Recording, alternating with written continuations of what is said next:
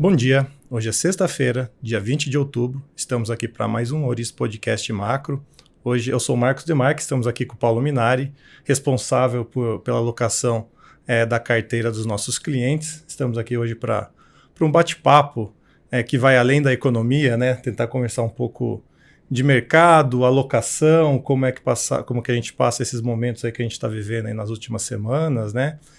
Começando primeiramente aqui, tem sido dias e semanas, né, bastante complexas, para dizer o mínimo, no mercado financeiro global, né, não só aqui no Brasil, mas especialmente lá fora, nos Estados Unidos, né, em cima particularmente do que está acontecendo com a curva de juros lá fora, né. E nesse sentido, antes de jogar algumas perguntas aqui para o Paulo, destacar que essa semana a gente teve mais um ingrediente nessa história de juros lá fora, né? O presidente do Banco Central americano, o Jerome Powell, deu uma palestra ontem num clube de economia, né? E ele foi questionado sobre diversos pontos, diversos aspectos aí da economia, do ciclo de juros, mercado de trabalho, vários assuntos, né? E acho que é importante chamar a atenção que ele mostrou pouco desconforto, né, com relação a essa dinâmica de alta de juros que a gente está vendo nos Estados Unidos nas últimas semanas, né? Só para contextualizar um pouco, né, de 2 meses e meio para cá, mais ou menos, a taxa de juros nos Estados Unidos, a taxa de 10 anos, né, a taxa no título público de 10 anos nos Estados Unidos saiu de 3,80 e ontem, né, bateu 5%. Estamos falando de uma alta aí de mais de 1 ponto percentual no intervalo aí de 70, 80 dias, coisa que é muito rápida, né? O normal é que depois de uma alta muito forte de juros, de que você tenha algum freio, né, no sentido em que as autoridades monetárias mostrem algum desconforto, comecem a falar que talvez tenha sido exagerado a andada dos juros, e não foi o que a gente observou ontem, por exemplo, na fala do presidente do Fed, onde ele na verdade, ele fez sinais na outra direção. Ele falou que até o momento, né, ao que tudo indica, a economia está navegando relativamente de uma maneira tranquila, em cima desses juros mais altos. Fez questão de ressaltar que em contatos com empresários, né, líderes do mundo corporativo, os feedbacks que ele tem recebido são no sentido de que a lucratividade das empresas seguem relativamente sólidos, né? E mais que isso, né, ele até em algum momento ali sinalizou, né, que mesmo depois dessa andada forte de juros, as condições financeiras, né, de maneira geral, não estão apertados como poderiam estar sugerindo essa andada dos juros, né? Bom, já falei bastante aqui. Bom dia, Paulo. Bom dia. Como estamos navegando nesse cenário aí? Bom dia, Marcão. Bom dia a quem está nos ouvindo. Então, eu sou Paulo Minari, como o Marcos comentou, e hoje eu toco uma parte importante em conjunto muito, né, com o Marcos, com o Caval, né, o Beni, nosso time aqui todo de investimento, que é um time que a gente considera aqui bem experiente, assim, né.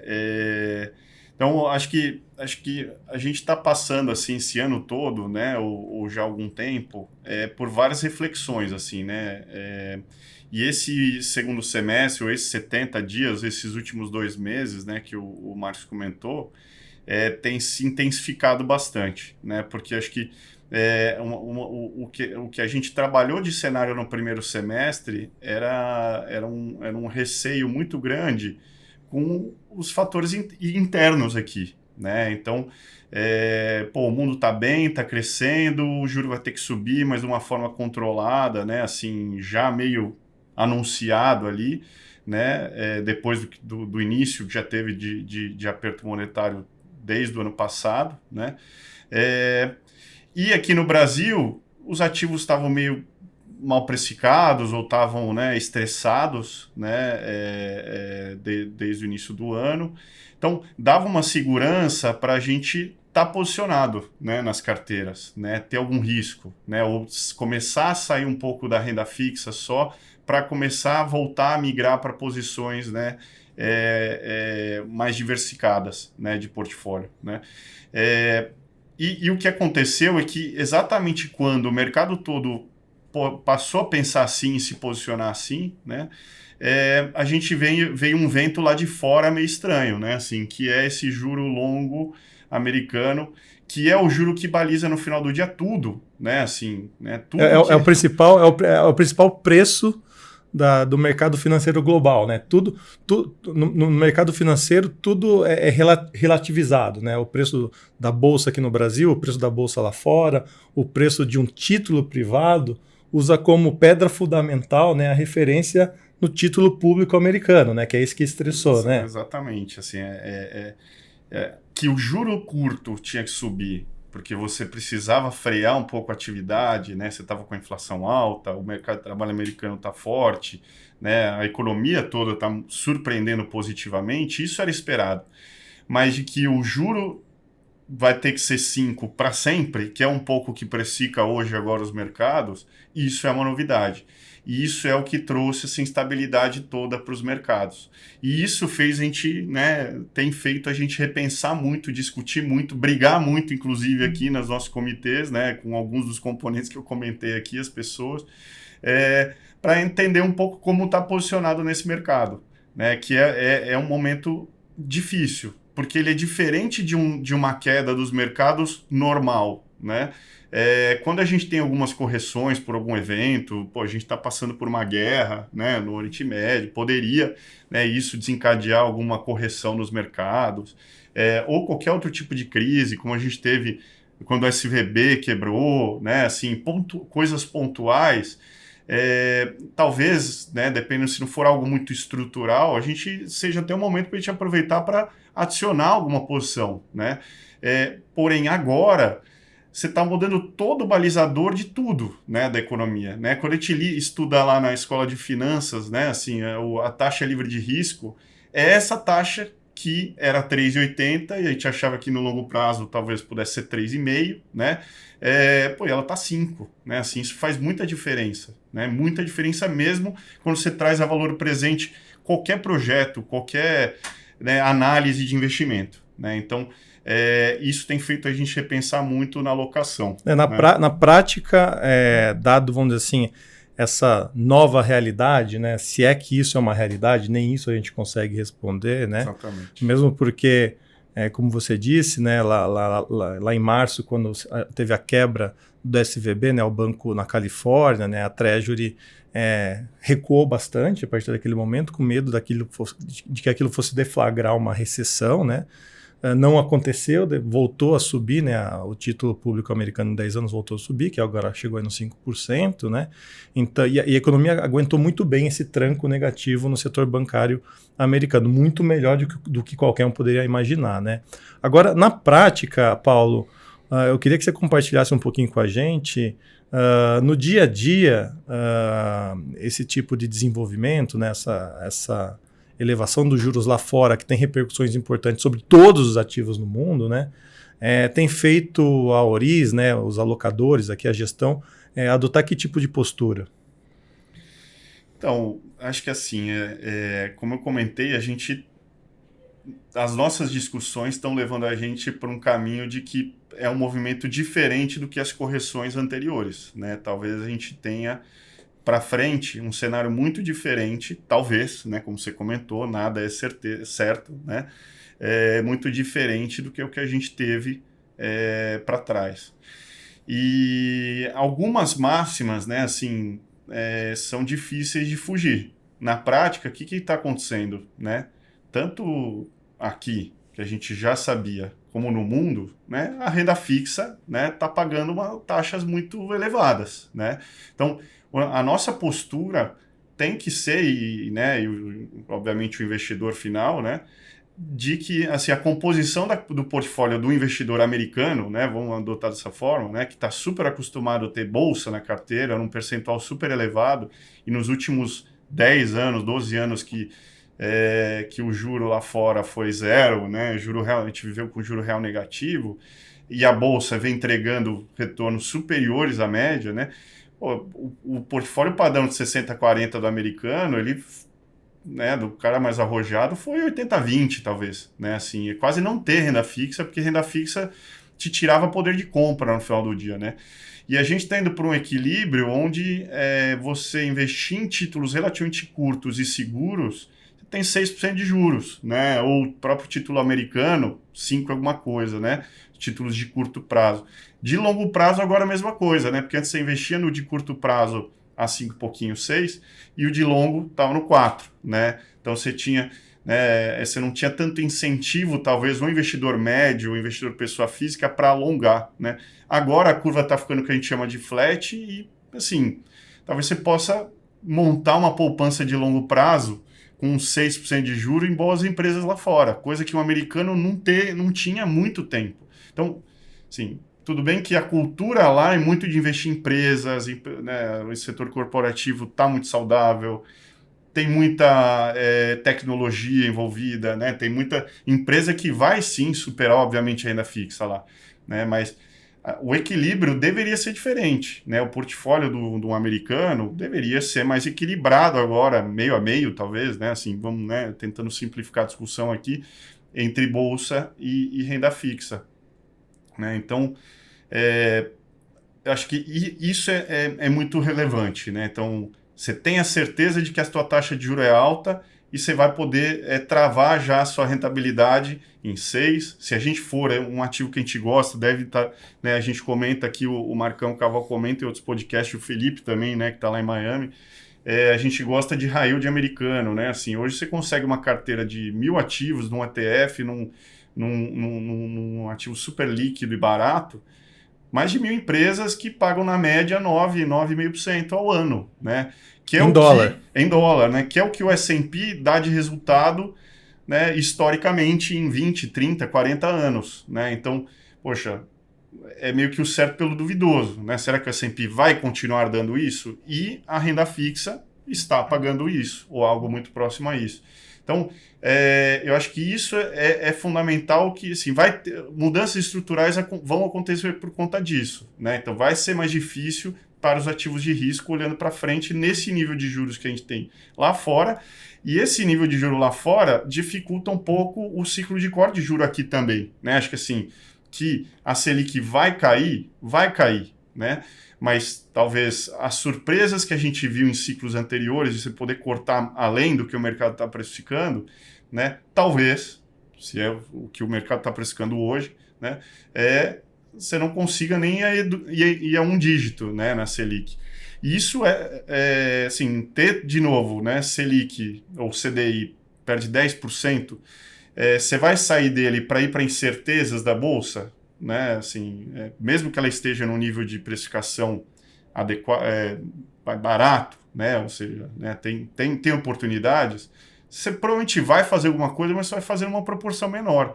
Então é um pouco essa discussão que a gente está. A gente gosta da precificação dos ativos de risco em vários setores, né? Porém, esse juro alto impede de fazer grandes movimentos, né? Assim, poxa, para que trocar o certo pelo duvidoso?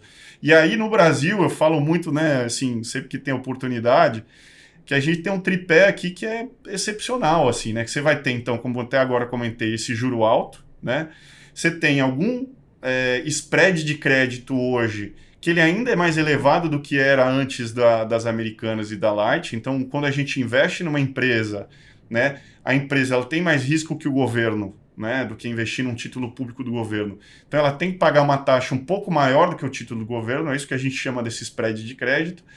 E tem um benefício adicional, né, que assim, no Brasil, você ainda tem ativos que são...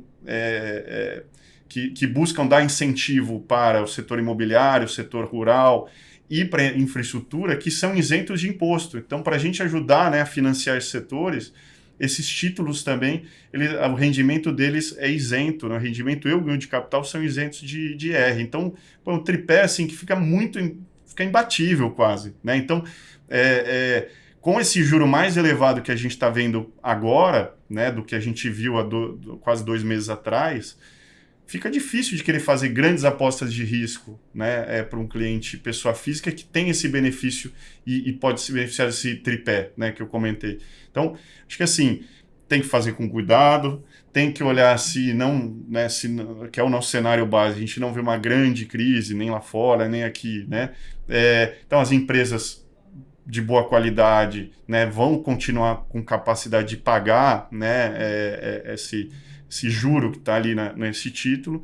Então, acho que tem que fazer com cuidado, tem que saber analisar quais são as empresas saudáveis, boas e tal, né? Mas acho que tem aqui muita oportunidade. No final do dia, a gente tem visto muitas emissões saindo nos últimos tempos, né? Então, assim, o nosso portfólio, na média, está um pouco mais focado nisso, não tem como não tá. Tanto aqui, renda fixa aqui então, né? E renda fixa lá fora. Mas, Paulo, assim, uma coisa interessante que a gente vem discutindo, inclusive com o Felipe, né, lá em Miami, né? É que a gente gosta, a gente é interessante, né, essa classe de ativos renda fixa lá fora que há 15, 20 anos deixou de existir, né, por vários motivos, né? Deixou de ser interessante. Mas a gente nota mais recentemente, né, uma grande perda de correlação dos ativos, né? Porque normalmente o que a gente tem se o juro sobe, a bolsa de valores tem que ser mais para baixo ou vice-versa. Então, você consegue identificar padrões históricos de correlação entre os ativos mais importantes, seja lá fora ou seja aqui dentro, né? E o que a gente observa é uma total perda de correlação dos ativos de algumas semanas, de alguns meses para cá, né? Então, diante dessa realidade, qual que é a sua opinião aí de como que tem que estar pensando a alocação do nosso cliente? Então, que eu até nem respondi, né? Acho que dá para até pegar um pouco da primeira pergunta que eu não respondi, acho que por completo, e juntar com essa discussão, né? Acho que o que fazer, né? Porque essa mesma renda fixa que eu falei lá fora e aqui, elas estão boas hoje, né? Mas elas já estavam boas no mês passado, tá? A gente já achava muito bom o nível de juros no mês passado e elas não performaram muito bem, né? Por conta dessa reprecificação toda dos ativos, né? E inclusive essa questão das correlações, né? Que a gente está observando. Nesses momentos, né, que a gente tem esse estresse nos ativos e fica essa fase difícil, o investidor fica incomodado, fica cansado, a gente já veio de um ano de 2022 ruim de performance, né, com a promessa de que 2023 seria melhor, o juro aqui ia cair, as coisas, né, iam evoluir nesse lado mais positivo, e não é o que está acontecendo, tá? Assim, a gente olha no ano... Sim, o CDI é praticamente soberano ali, né, no resultado das carteiras, ou seja, né, os outros ativos não performaram bem, né, você pega várias classes, os multimercados estão tendo muita dificuldade com essa questão das correlações, a bolsa aqui também, né, de lado, os títulos um pouco mais longos, né, aqui NTNB e tal, performando mal. Esse é o momento onde as correlações não estarem funcionando mostra um pouco da irracionalidade desses momentos, da dificuldade de se prever as coisas, né? Que ela sempre acontece, né? E minimamente o que a gente busca com isso? Por conta disso, diversificar a carteira, né? Assim, e nesses momentos é o momento mais difícil de querer fazer grandes movimentos, né? Então, o ideal é olhar um pouco, ter sangue frio, e é difícil. A gente mesmo aqui, com o dedo no gatilho, tem dificuldade, né? A gente tem os mesmos vieses comportamentais, né, do investidor mais leigo, não é diferente, né? Mas a gente discute muito e tenta muito trazer racionalidade para as decisões, né? Assim, o cenário mudou, ou um título, a IPCA mais 6 e IPCA mais 7, deixou de ser ruim porque no mês passado ele performou mal? Não deixou. Na verdade, está até um pouco melhor, né? Então, acho que assim, tomar cuidado para não querer que, por conta dessa correlação estranha, né, a gente fazer hedge demais, assim, a gente tem muita preocupação de, às vezes, compra o dólar que vai proteger o resto da carteira, e às vezes uma coisa nem vai defender a outra, né? Trazer complexidade para a carteira nesses momentos é mais difícil, sim, tem uma chance maior de se errar, né? Então, continuar com o plano de voo, acho que essa é óbvio que seria legal ter, né, uma resposta do tipo, putz, faz isso que você vai resolver os seus problemas, né? E na prática não tem, né? E, de novo, a gente está passando por um momento único, né? Essa taxa de juros de 10 anos, ela não chegava nesse nível desde 2007, né? Então, olha quanto tempo que a gente conviveu com juro longo, mais baixo, né? Faz muito tempo, né?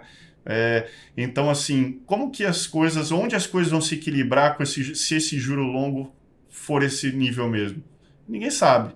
Então, na prática, se a gente tinha um portfólio equilibrado lá atrás, a gente tem que ter esse mesmo portfólio equilibrado agora com pequenos ajustes, tá? Então, não vamos dizer que a gente não fez nada. Eu acho que sim, o cliente espera isso da gente, né? Então, posições que são muito atreladas a esse juro longo, em geral posições de um pouco mais risco, né? Porque se o juro é longo, é alto no longo prazo, isso vai tirar a atratividade dos ativos mais sensíveis a juros. Né? E, por exemplo, né, a gente teve em algum momento aqui posições de small caps aqui, né? A gente achava que com a Selic caindo, né, a atividade vem, né, surpreendendo não só no Brasil, mas no mundo, né, positivamente. Sim, a gente teria um espaço para empresas que estão muito depreciadas, estavam um pouco largadas na bolsa, para performar. Em meio a isso, assim, a gente já não sabe mais qual é o juro de equilíbrio, a gente trocou por opções, né? Assim, então a gente não deixou de ter, mas a gente fez de uma forma que na alta eu surfo junto, na queda eu estou protegido. É igual, né, comprar um seguro de um carro, né? Assim, você paga algum prêmio por isso, né? Foi bom. Na hora que você paga o prêmio do seguro, você fica bravo com o corretor, né? Ou com a seguradora. Mas a hora que bate o carro, né, foi barato, né? Então, isso defendeu bastante. Então, trazer alguma inteligência, alguma sofisticação nesse lado, sem muita complexidade, tem nos ajudado a defender um pouco o portfólio. A gente achou em algum momento que a Treasury em si de 10 anos era uma boa proteção para os portfólios. E esse sim, a gente, como está totalmente correlacionado a esse movimento da Treasury abrindo, a gente zerou, né? Estopou. Né? Assim, então, tem coisas que sim a gente tem que repensar e pôr no bolso. Né? Tem coisas que a gente acha bom a precificação, a gente acha que olhando no longo prazo, né, que é o plano de voo dos nossos clientes, é o longo prazo. Né? A gente está aqui para perpetuar o patrimônio dos clientes, né, para gerações. Então, a gente tem que ter essa diversificação, talvez só de uma forma mais inteligente. Então, trocando uma outra posição por derivativos ou alguma coisa mais defensiva, né? E o plano de voo do restante está mantido. Acho que assim, independente da dificuldade da indústria de multimercados esse ano, que estão tomando resgates e tudo mais, né? O ano passado foi a única classe que performou muito bem. Então, assim, é natural ter né, essa dispersão de um ano para o outro. Né? Tá um ano muito difícil, nenhuma classe de ativo está performando bem. Então, na prática, a gente não pode, porque está tendo um ano ruim, né? Na prática é o inverso, né? O ano passado, os multimercados tiveram uma performance excelente. Vou dar um número aqui, só como referência, talvez uns 140% do CDI, né? Que o investidor médio teria feito? Aumentado essa posição, né, ano passado. Teria né? se dado mal. E esse ano eles estão rodando na média talvez 40% do CDI. Né? Então, né, você erra duas vezes. A hora que vai bem é aquilo que você aumenta, na hora que vai mal é o que você reduz. Né? Então, mas ninguém sabe o que vai acontecer no que vem. Né? Então, você precisa estar em nomes que você tem conforto, né? Qualidade de time, pessoas que têm um histórico comprovado. Né? Isso falando de multimercado. Né? Em poucas ações que a gente gosta, empresas que, independente se o juro for 8 aqui ou se for 11, vão sobreviver, né? Não são muito alavancadas. Então, se a gente fizer, né, alocação diversificada com ativos de qualidade, a gente deveria se preocupar menos, tá? Sei que é difícil, a gente aqui também sofre com isso, mas deveria ter menos preocupação com os solavancos de curto prazo, com essas mudanças, essa quebra de correlação de curto prazo. Ô, Paulo, tá? então eu queria puxar exatamente essa parte aí que você acabou de falar, que é o seguinte, né? Quando a gente fala de alocação de recursos do patrimônio do nosso cliente, né? A gente tem que tirar o ruído da frente, né? Vai ter chacoalhadas de mercado a toda hora, sempre, isso é inexorável, né?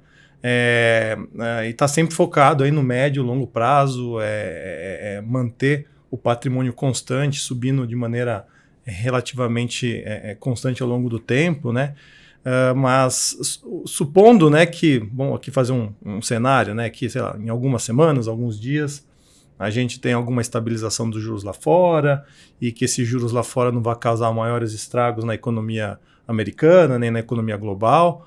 Quais ativos, né, que você, né, a equipe como um todo, está enxergando nesse momento como com valores especiais, né? Digo assim, independente dessas chacoalhadas, independente das incertezas, quais ativos em que a gestão da Auris, nesse momento, gosta pensando no horizonte mais de longo prazo? Qual é aquele ativo que... Ou os ativos que mais chamam a atenção e, como você mesmo disse, né, colocam o dedo no gatilho para que na hora correta aparecer a gente atuar? Então, assim, com a realização recente de praticamente tudo, muita coisa ficou interessante no final do dia, né? Mas tem coisas que, assim, níveis de preço ou níveis de taxa, né? A gente estava falando disso hoje, assim, que nos fazem achar naquele nível o ativo muito bom. Então, como referência, assim, né? Você tem uma taxa de juro real, né? De perto de 6%, tá? Independente se o juro nos Estados Unidos for 5 ou 6 e o juro real lá for 2 ou 3, né? Ainda é uma taxa de juro aqui no Brasil, né? A NTN-B aqui no Brasil é um ativo muito bom, tá? Perto dos níveis de taxa que estão hoje. Então, independente dela ter caído o mês passado, 1 e pouquinho por cento, né? Então, na verdade, só ficou um pouco melhor e provavelmente se estiver um pouco acima de 6 é ainda melhor, né? Então, esse é um ativo que a gente gosta muito aqui no Brasil, tendo uma visão mais de médio e longo prazo, tá? Acho que até no curto prazo eu acho bom, tá? Assim, então, independente de qualquer coisa.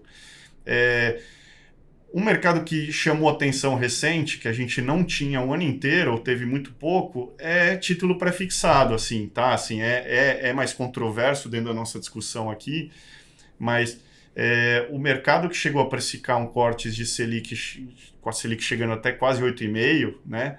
Hoje está precificando uma Selic chegando aqui, 10,5, talvez, até um pouco acima disso. Não cai, né? para um dígito. Não cai longe de cair para um dígito.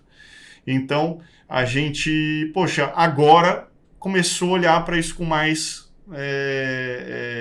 assim, vontade. Né? Mas no caso do que eu estou entendendo, assim, você tem um aspecto assim, longo prazista, que é a oportunidade que a NTN-B, né, que o juro real oferece, né, que acho que é um pouco do que a gente imagina, né, um juro real de 6, pouco mais, pouco menos, sempre vai ser atrativo, né, porque a própria a frase de juro real, aquilo mantém o seu capital ao longo do tempo e te dá incrementos, né?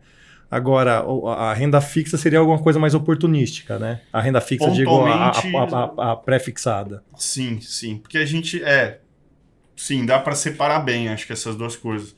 Oportunisticamente, por conta dessa piora do mercado, o mercado tirou praticamente assim, grande parte do ciclo que estava previsto, e aí comprar hoje um título pré-fixado, né? Não muito longo, 2 anos, algo assim, que está muito mais vinculado à inflação de curto prazo, à política monetária que está acontecendo, né? E muito menos com o juro de equilíbrio no mundo no longo prazo. Tá? Então, acho que é uma coisa que apareceu aqui pontualmente aqui nas nossas discussões. Mas mesmo os outros ativos, assim, a gente gosta a gente gosta da Bolsa, né? Mas, enfim, está difícil, acho que com esse juro alto ter uma posição muito relevante. Né, se o mercado clarear minimamente, né, sair um pouquinho só dessa nebulosidade, deveria, né, o mercado, né, os múltiplos da bolsa aqui são bastante atrativos. A gente gosta do high yield lá fora, como comentou, de forma até mais estrutural também. E também acho que outra coisa que tem oportunidades, que é menos óbvio talvez para todo mundo, mas assim, a gente gosta de crédito, eu falei aqui, né, que é comprar o título de renda fixa, né, de crédito, né, ou seja, de uma empresa, não necessariamente do título público, com isenção, né?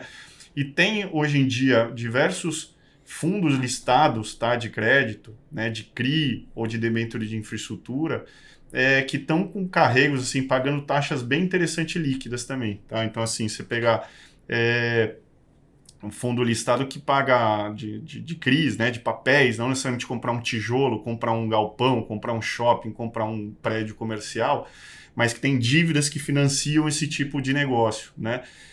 que estão pagando aí 1,10, 1,20 líquido ao mês, tá? Assim, então, também, acho que isso também é um negócio a ser explorado mais pelo investidor, que hoje é pouco difundido. A gente está abrindo uma janela aí de emissões, tá? Desse tipo de fundo também, depois de vários anos. Então, o negócio é uma forma também de acessar aquela renda fixa que eu citei, né? No final do dia, o que a gente está buscando é a renda fixa, é o juro real, né?